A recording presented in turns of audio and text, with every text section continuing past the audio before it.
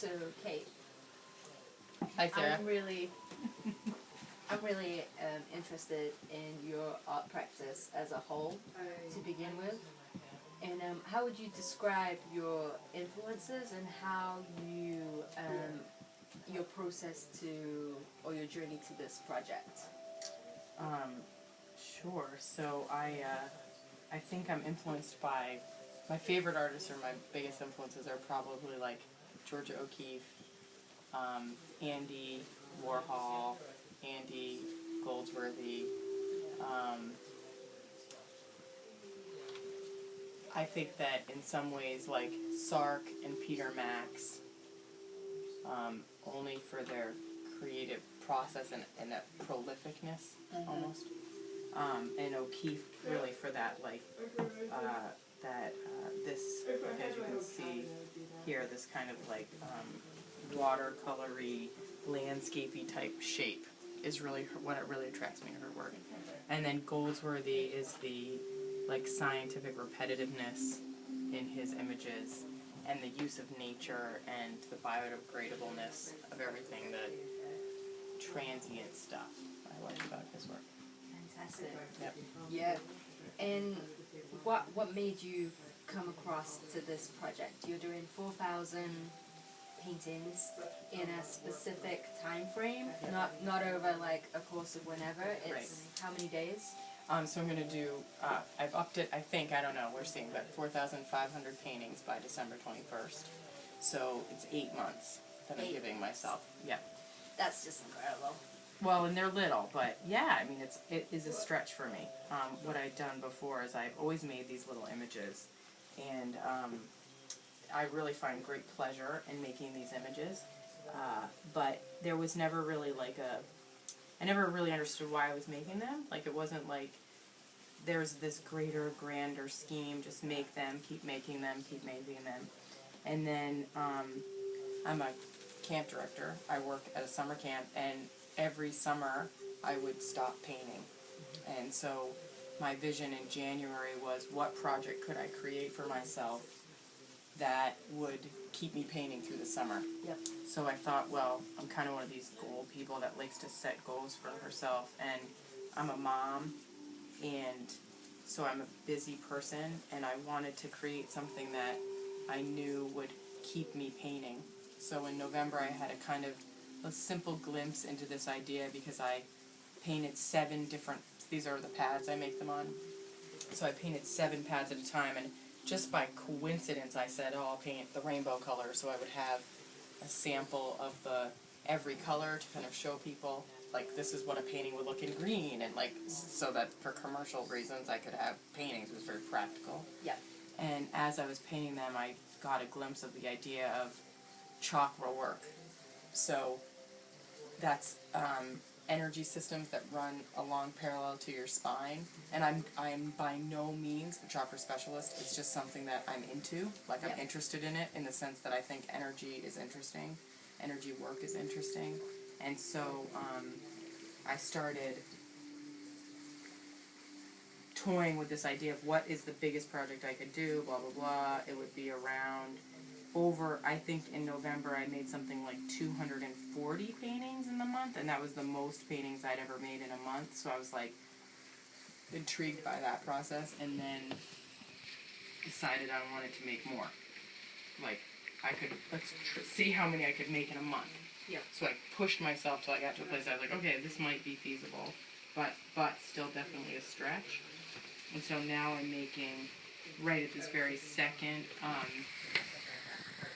628 paintings this month. That's incredible.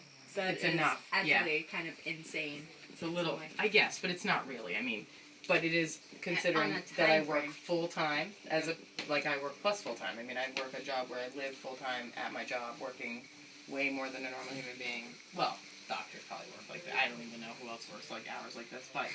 And I have 2 babies, a 4-year-old and a 19-month-old, 4.5-year-old, 19-month-old. And it's a time-consuming lifestyle, like all the little parts. And so I really found that already, like, lesson 1 was you have to carve out space and time for what you want to do. So I'm making a studio. Right now I'm living in my little cabin, as maybe even can show you an image of it. And in that cabin is where I make my art. And I just kind of invented this little studio so that I would have a place to make work while I was here this summer in my free time. That's incredible. I'm going to bring it back to the chakras. Yep.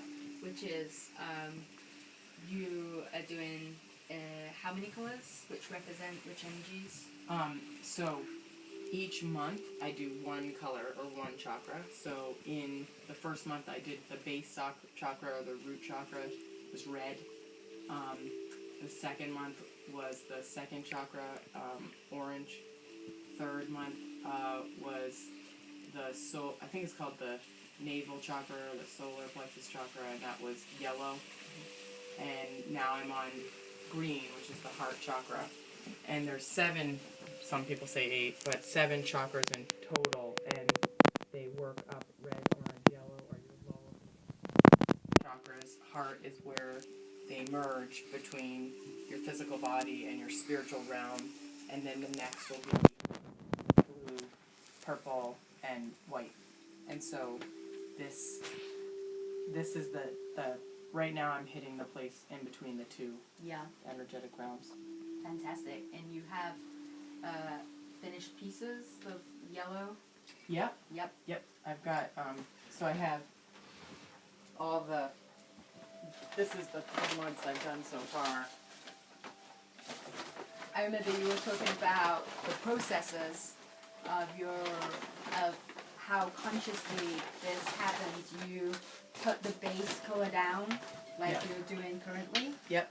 And then intuitively, you then put the next layer on, like this one, which is transformation. Yep. Let's see. And intuitively, the next layer comes on, which is a representation of that. And that happens, this changes for each color, correct? Yep. So green doesn't have transformation. No. Yep. So green's words are like love and breath and air and growth and unity, whereas yellow was more about transformation and self-worth and self-esteem and willpower. And then orange was sensuality, sexuality, creativity, water, change. And red was like root, groundedness, tribal energy, what I would call daily practices of your regular everyday life. So as I work within a color, I read about as much as I can about chakras and the process of, like, the processing of that area. Yeah. You know, so what I've experienced has been pretty profound in my actual life. Like, my regular old day-to-day life has had a significant impact from this project. Or I could just say I have no idea that maybe I was just paying attention to those areas more. Yeah. So I think it doesn't really matter whether it was deeply, quote-unquote, real, or if the experience was or was not related to the painting project, but it certainly is a beautiful way to think about learning about yourself. Yeah, that's actually a really good point, because I was thinking about the change in effect process that happens with your work, because it kind of can affect how people think when they look at it. Am I correct in saying that? Yeah, I mean, I think just like anything. So these are meditation cards right here. This happens to be a set about chakras. And the idea is that, you know, when you look at this image in particular, it would help you work on areas of your heart chakra, and on it is quotes about your heart chakra. So today I have the Anahata chakra, which is in Sanskrit is the word, or I'm probably saying that right, Anahata chakra, but lessons of the heart. By steady focus on the heart chakra, a full understanding of the natures of the mind is gained. So I just think that, you know, that's one example of something that, imagine studying only one thing repeatedly for a month. And I think really glorious art, you know, some people study one thing their entire life, you know, like breath, or, you know, even smaller, like alveoli of the lungs, you know what I mean? Like really, really, really focused study. So I just think it's a great gift to be in art. It's a great gift to have time to study something that may seem like, why would you dedicate your life to something like this? But I think, why not? You know, it's the most, to me, it's the most beautiful thing a human can do, is to give time to study of anything that brings you joy. And so this process, you know, right now being in the heart, I like try to wear green. I read these meditation cards, you know, daily or every other day. There's not like, I don't say to myself, you have to do this. Like right now I'm burning a yellow candle, but I'm going to go buy myself my heart candle as soon as I get off this island, because I live on an island with all these other people. With Sarah and Avon, the film person. Hi, Avon. Like, I'm going to get myself a green candle about joy and heart and love. And I read these books, and it helps me process parts of myself that, and to be truthful, I've already done a lot more about yellow. So like if I were to talk about that process, I can speak pretty clearly about that process. This has just kind of started. Green started. I taped it last week and started the first layer, and I could already feel shifts the minute I cut yellow up. I had pretty intense experiences around the heart. And, you know, as these paintings unfold, and there's a lot of them, so there's a lot of time that you get to spend. And I don't, you know, I say a month, but it's not rigid. It's like when the heart is ready to be done, the chakra's done, I believe the paintings will be done. And it's vice versa. When the, you know, the paintings are done, usually the process in that area is done, and I'm ready to move to the next one. I think that's how it's been going, because red took a long, like pretty long. Orange took forever to start, but once I started, it was done within 2-3 weeks max. And then yellow felt like it took forever. It probably didn't, but it was much more boring to me than the other colors so far. Because self-worth and willpower and self-esteem, there are not very glamorous, sexy things. They're very introspective and kind of calm. And I, without question, felt a different frequency of energy when I got into yellow. You know, I was kind of like, ugh. But it's cool. Like, I'm happy for it, right? You embrace the process. And I did. And I think the rule with my art, as I think many artists would say this, is that I'm not saying don't make art when you're not inspired, but I think there's a certain place that you can get in a zone where you can make art for 20 hours and not even notice you haven't eaten or drank, or, you know, you don't even go to the bathroom, you know? Yeah. And then there's times that the only thing you do is drink water, go to the bathroom, and make art, you know, and that's, I call those the best days ever, you know? Love it even better when I have kids and friends and family involved, but, like, to be truthful, like, that art space is really a feeling of being connected to something way bigger than myself, and it's what I seek. So this energy work, and the only reason I'm even into it is because I couldn't understand why I was making thousands of paintings, like, all the time. Like, why was I just making these paintings? Why did I have to be part of me? And I think I find this process to be like meditation. So being connected in a quiet space, and it's really like, right now, like, the minute I come into here, this, I'm just going to re-wet this section. It's like, what I'm looking for is to create a line that is aligned with the water that was originally there. So that one, I'm kind of like cheating, but so what's happening is that my focus is 100% on the line.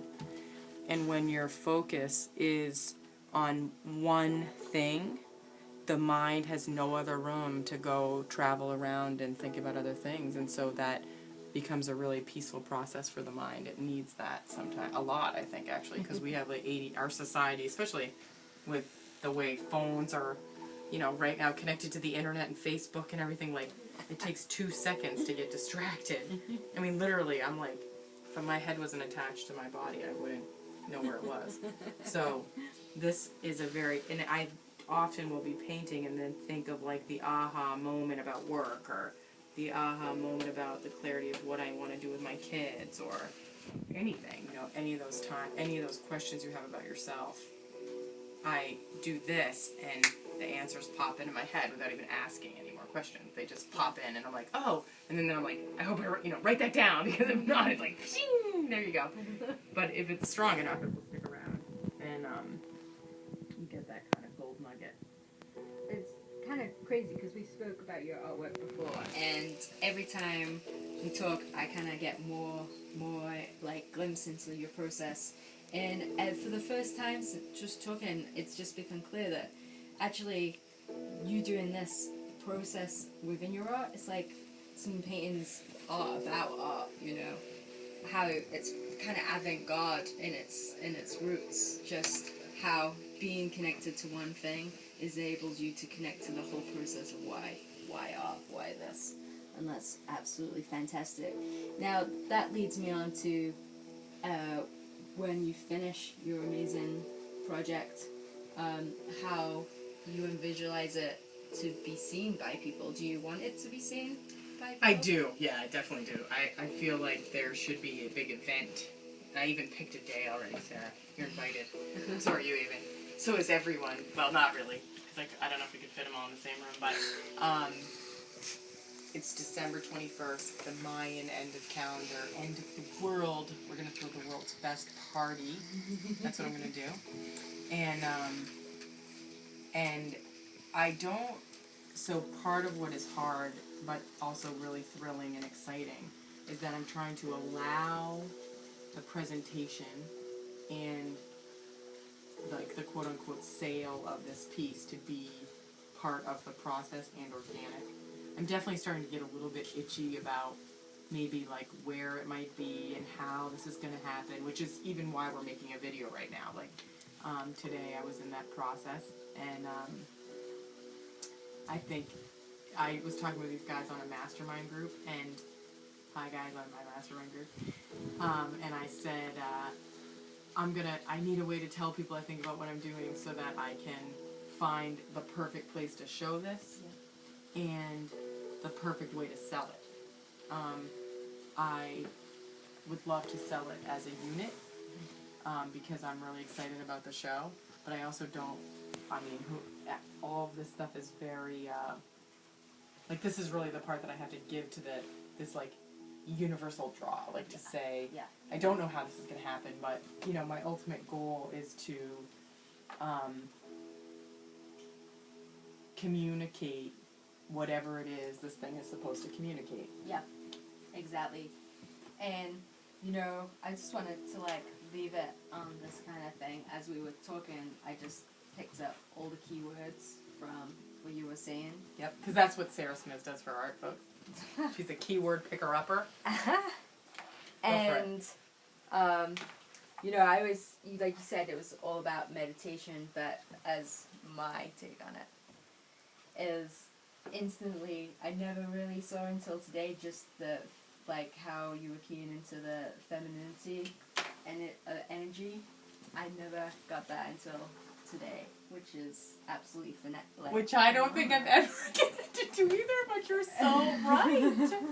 So right there, and I thought instantly, just like almost like, you know, like Jojo O'Keeffe, this kind of, she too had the same kind of trouble. She needed her husband pretended to buy her work so people could see it, and so she could get across this kind of struggle of a female artist and the powerlessness and things like that of being and trying to get out there. And you have similar processes, and I think it would be a travesty if people never got to see this on the scale that it should be seen. So. Yeah. Well, and you know, I've never really bought into feeling powerless or feeling like I have a struggle because I wasn't raised like that, and yet I think that what I'm starting to associate with my quote-unquote struggle, and again, I think it would be a travesty if this never got to be seen, but it will. Like, I don't question that it's going to be seen. I know it's going to be seen, but at the scale that it's going to be seen, I don't know. And like, could it get picked up? Like, I definitely see myself, when I met Robert Rauschenberg, you know, I was like, I am like him. Yeah. And when I met Peter Max, I was like, I am like him. And when I met Sark, I was like, I am like her. And, you know, the day I called myself an artist, I painted a painting a day for a year before I would allow myself to be called an artist. I mean, I used to have a hard time saying, I'm an artist. I used to really actually have a hard time saying that because I felt like I hadn't earned it. Because the minute I said it, I was putting myself in the same category as Picasso. You know, like, he's an artist, so I can't say I'm an artist because who am I? But I think when you are an artist, I think every artist that is out there in the world of any way, shape, or form, you know, like scientist, baker, anybody that perfects their craft, and I love the saying, your hand, your head, and your heart are all connected when you are an artist. Yeah. So, you know, if you're just using your hands, you're a craftsman, you use your head, and or something like that. Do you know what I'm talking about? I it's do. that quote. You like use your I'll head have to for like graphic design. Yeah, right. And Head then artist and hand, is like, heart, and you've got all three parts, and you're the artist. And I think that for so long I was a craftsman. You know, I really believed I was making these paintings, and I really didn't know why I was making them or what I was doing. Even though I would call myself an artist because of the seekingness in why I was doing things. But now, with this big project, I see these as little cells, right? So every painting is an image all by itself, and they are gloriously beautiful. Yeah. I'm very proud of the work that's coming out of the show. And then yet, in the finished piece, it's going to be all of them together, making one piece. And to me, that's like, that is paralleling us as humans and the cells that create us, and then us being the big organism, and then also us as cells, and us and our communities being a big organism, you know, and it could go on and on and on. So I believe my work I was going to be a doctor, and I loved looking at our microscopes as a kid, like obsessed with it. I just thought it was the most beautiful thing to look at cells. And when I look at this work, I feel like there's no question it looks like you're either looking in a microscope, and one day I was flying in an airplane, and I looked out of the airplane window, and I saw a river running in the land, and I was like, I literally got goosebumps on my arm because I was like, holy crap, it's your art. And all of a sudden I realized, like, I literally like heard Twilight music in my head, like, Kate, you are onto something really big. Yeah. Because my work is both microscopic and macroscopic at the same time, which this project shows in its way of being little and big. Yeah. And it also shows, if you parallel it to your life as a human, both at the way you take care of your cells, like what do you feed it? What energy do you give it? Do you give it water? Do you give it rest? Do you give it proper and an environment to be stimulated into all of its greatest potentials, right? Yeah. How do you treat those cells? Do you allow them when they get into lower, ickier, not so fun frequencies? Do you have enough tools in your toolbox to click up to the point that you can create? Because you can't just create. Yeah. You have to be in the frequency of creation to create. And can you do that? And I think that when you do honor those parts of ickiness and then acknowledge it, saying, I don't feel so great right now, how do I click up to these other higher frequencies we're creating? That alone is how you create a 4,500 piece show in 8 months. You have to watch everything you do in a way that is acknowledging it for what it is, which is not to label it good or bad, but to label it what it is, and then to make conscious choices about, if you don't want something, to get clear about it. Say, this contrast is not what I want clarity like this, how do I get it? Boom. So let's use an example from Sunday, yesterday, today's Monday. I was feeling terrible, icky, like totally cranky and fudgy and just icky. And really I was like mad. Like I went to a church service here at the camp, and it was very much dominated about, like, you must be saved by Jesus. And I had a really hard time with that because I'm Unitarian, and I just don't believe, like, there's one right or wrong way that would predict whether you go to a quote-unquote heaven or hell. Like, I believe in equality. And I believe in God, not quote unquote God, because I think that's the most loaded word. It's like love and art, you know, they're just like super loaded words. But to say that I don't ever think something that created this kind of consciousness in any of us would ever create fear as a driver to your goodness. Yeah. You know? So anyways, that's how I start my day off. I'm in like angry chapel. I'm literally like using the word, it's so pardon my French here, but MF, do you know what I mean? Jesus. Like, this is what I was doing. And then I'm thinking, I'm using MF Jesus in one word. And this is not good.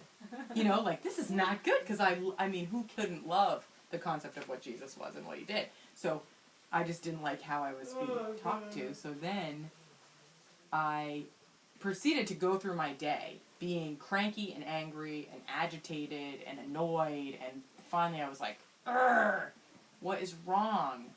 And just acknowledged it and thought, you know, maybe the night before I had drank some sugary things, and I don't eat sugar because it affects my mood or whatever. I could have been hormonal because I am a woman, you know, and all these things. And eventually I just decided to come home, and I used my toolbox. I called my nutritionist friend, and I said, what do I do to get this icky sugar out of my body? You know, and she was like, go for vigorous exercise, drink lots of water, and eat a stabilizing protein, right? Which, by the way, probably that combination is good for almost anything, like not just sugar. So going for a run or doing any kind of exercise, eating stabilizing protein. So I had almonds, and I drank like 2 big cups of water, which you can't say enough about water.